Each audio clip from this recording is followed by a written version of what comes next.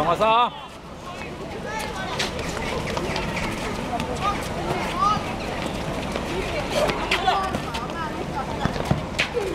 Laske Ville alaspäin jo. Laske alaspäin.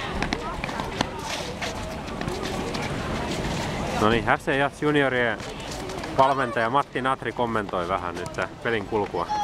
Peli näyttää todella hyvältä ja kiivas tahtinen tempoinen peli. Hyvässä hengessä edetään ja toivotaan jatkuu näin loppuun saakka.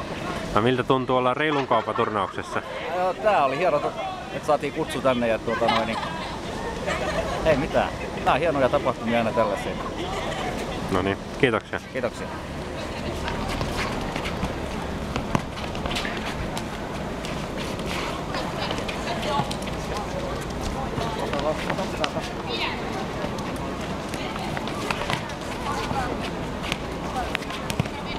Oho.